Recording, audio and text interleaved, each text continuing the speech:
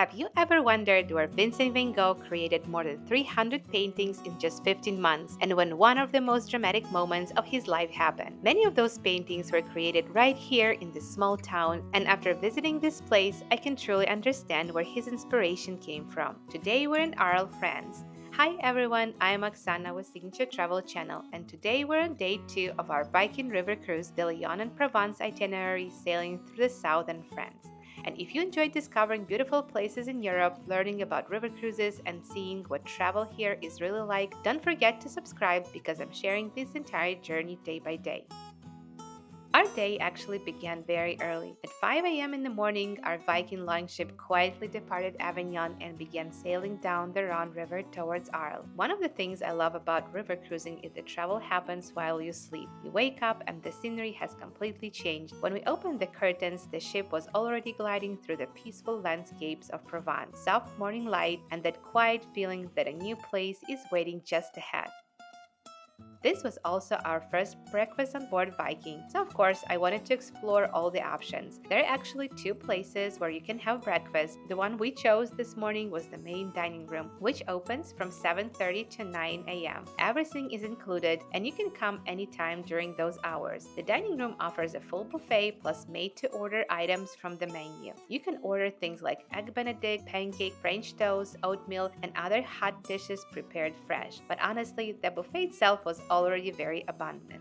There is an omelette station where you can choose your ingredients. You'll also find crispy bacon, savory sausages, golden potatoes, creamy scrambled egg, baked beans, and more. There's also a colorful selection of yogurts, fresh fruits, breads, and flaky pastries. Everything you might want to start the day. There's also another breakfast option on the ship, Amphitheatre. Breakfast there is a little lighter, mostly pastries, fruit, and yogurt, but the views from there are beautiful. So after finishing breakfast downstairs, I went upstairs to show you what that looks like. If you're curious about all the food on board Viking, I actually made a separate video showing the different meals and dining experiences on the ship. I'll leave the link to the video below if you'd like to see more. By the time we finished breakfast, we arrived at Arles. The morning was incredibly foggy, which actually made the town feel even more mysterious. You could just barely see the outlines of buildings through the mist, but even right away, I could already tell this place was so special. Arles is one of those towns where history surrounds you immediately. Now it's time for our included Viking excursion. One of the nice things about Viking River Cruises is that each port usually includes at least one excursion already included in the cruise fare. Because river cruise ships are smaller, they often dock right next to other ships along the river. And that means sometimes you actually have to walk across another ship's sun deck to reach the dock. That's exactly what happened here. We walked up to our sun deck, crossed over the neighboring ship, and then our guide was waiting for us on the pier. This is actually very common on river cruises, and it's just something to keep in mind if you have any mobility concerns, since it may involve a few extra stairs and walking across another vessel. But once we stepped onto the land, it was time to start exploring Arles. Viking provides a very clear map of the town, and I found it really helpful. Our group joined the active walk-in option that Viking offered that day. There were about 15 of us, which made it a nice, comfortable group for exploring the town. We had barely started walking, and already our guide stopped us, because right near where we docked in the area where Vincent van Gogh once painted. For this particular destination, I would actually recommend learning a little about Van Gogh before visiting. Maybe read a short biography or watch a documentary, because as you walk through Arles, you'll start recognizing the exact location where he painted many of his works. And when you know the stories behind them, the town suddenly comes alive in a completely different way. That's something I honestly wish I had done a little more before my trip.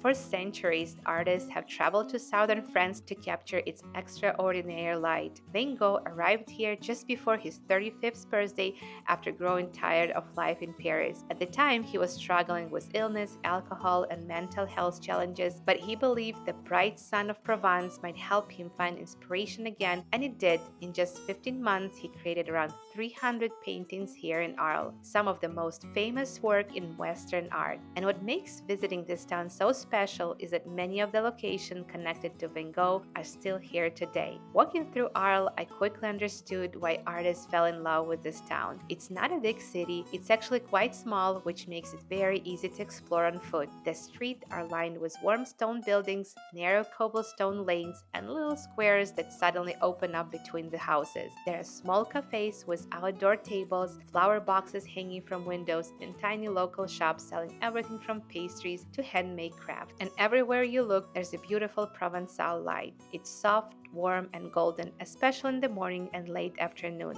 Walking here feels very different from visiting a large city. Life moves a little slower. You see locals stopping for coffee, people chatting in the squares, and the smell of fresh bread coming from nearby bakeries. It almost feels like you stepped in another century, and as you wander through the streets, you start to understand something very clearly. This town isn't just a place you visit, it's a place you experience slowly, and honestly, every corner feels like a painting.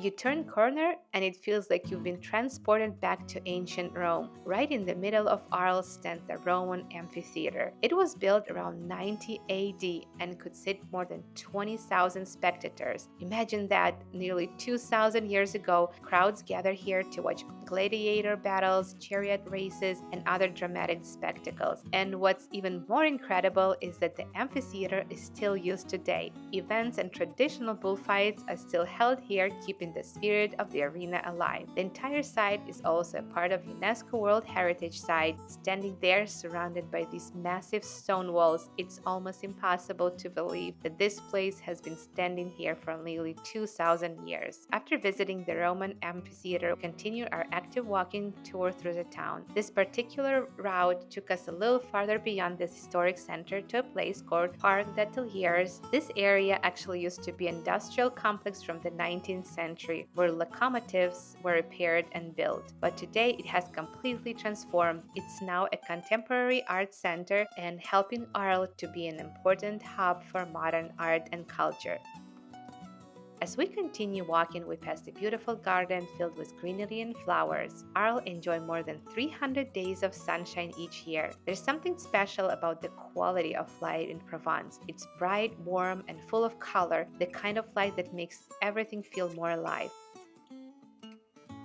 Not far away, we came across another incredible piece of history, the Roman Theatre of Arles. It was built in the 1st century BC and once seated more than 8,000 spectators who gathered here to watch plays and performances, and again, more than 2,000 years ago, and somehow it's still standing today.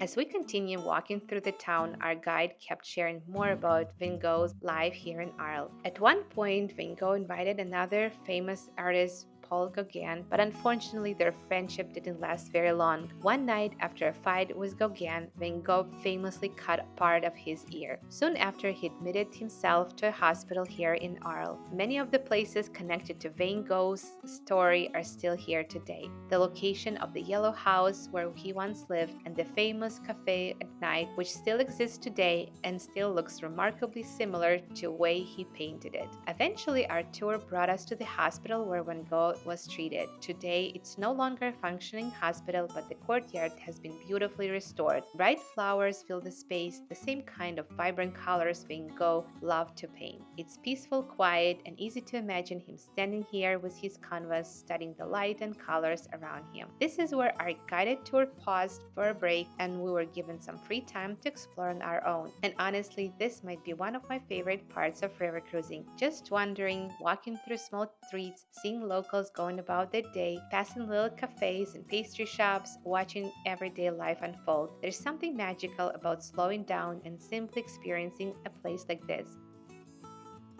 This is actually where I bought an advent calendar for my son from a small local shop that had been here since 1920s. It turned out to be one of the nicest souvenirs from the trip. When we got home, my son had so much fun opening the little windows each day and trying new treats that came all the way from France.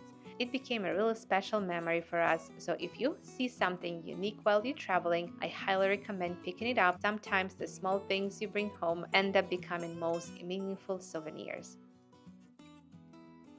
We returned to the ship around 12 p.m. just in time for lunch. Just so you know, wine and beer are included with lunch and dinner, which makes the meal feel even more relaxed. Lunch on board was excellent. I had green asparagus soup followed by feta-filled beef patty with potato wedges, rosemary sauce, and tzatziki. And of course, there were many other choices on the menu as well. You spend the morning exploring incredible places, and then you come back to the ship for a delicious meal and a moment to relax before the next adventure.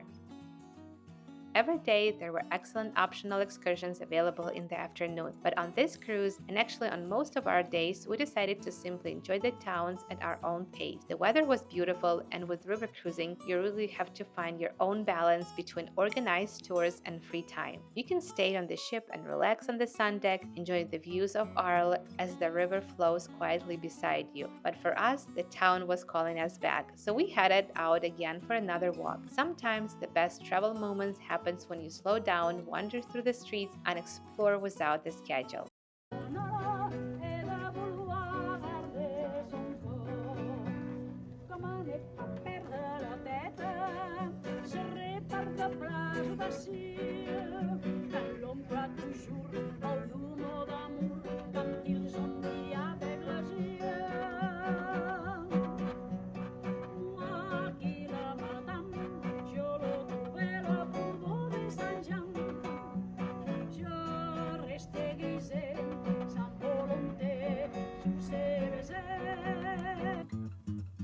By around 5 p.m., we returned to the ship.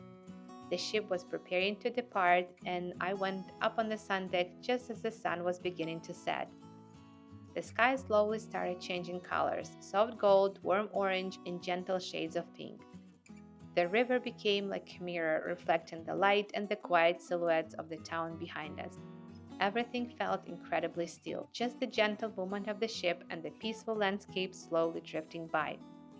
Moments like these are something that always surprise me about river cruising. It's not just about destination, it's about these quiet in-between moments when you pause, breathe, and simply watch the world glide past. Just the beauty of moment. At 6 p.m., the ship quietly began to depart Arles. Watching the town slowly fade in the distance from the deck is one of those peaceful moments that makes river cruises so special. Soon after departure, the crew invited everyone to the lounge for a small welcome toast. It was a lovely moment, guests gathering together, raising a glass, and sharing the excitement of the journey ahead.